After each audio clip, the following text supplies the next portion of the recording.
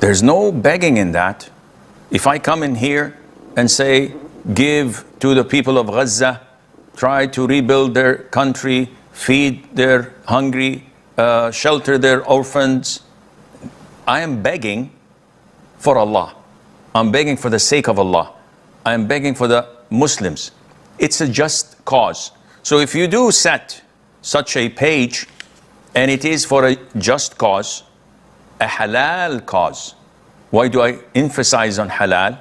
Because you can think that participating in a marathon to help cancer patients is a just cause. But the marathon includes women half naked and men running shoulder to shoulder, free mixing, haram events included.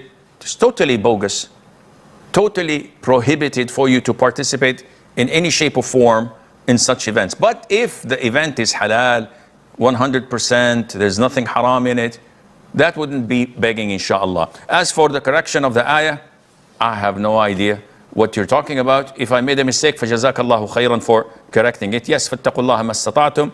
It is in the last part of Surah At-Taghabun, 3 ayahs before the end, and Allah knows. After having intimate relations with my wife, do we have to change our bed sheets each time and wash them? This issue is an issue of dispute since long time. But the vast majority of Muslim scholars, they look at the evidences. First of all, is mani, and mani is semen or sperm. So is mani or semen, is it pure or najis?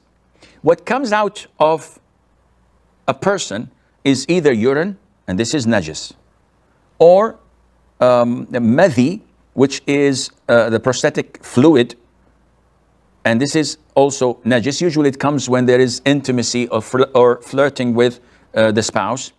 And there is wadi, and this is yellowish, a little bit thin, that comes usually after urinating or when carrying something that is heavy or when it is extremely cold. And in all of these three are najis. And then we have semen. And this is for men and women. However, women have something extra, which is the continuous vaginal discharge, which is an issue of dispute. In the most authentic opinion is that it is not najis and it does not nullify wudu. It is more or less like sweat. So when we come to the issue of semen, many, we have a hadith which is authentic that Mother Aisha narrated. May Allah be pleased with her. She said that whenever there are traces of semen on the garment of the Prophet ﷺ, if it is dry, I would drop it off with my fingernail, which means that if it's hard substance, rubbing it off does the job. And if it's wet, I would wash it. Now, scholars from this hadith, they learned that semen is pure because whenever there is an impurity, rubbing it off does not make the surface or the garment or the cloth pure. You have to wash it. But when she told us that rubbing it off does the job, this meant that semen is pure. Now, how did this semen reach that area, that garment? Was it mixed with pre-seminal fluid, madhi? Was it mixed with his spouse discharge?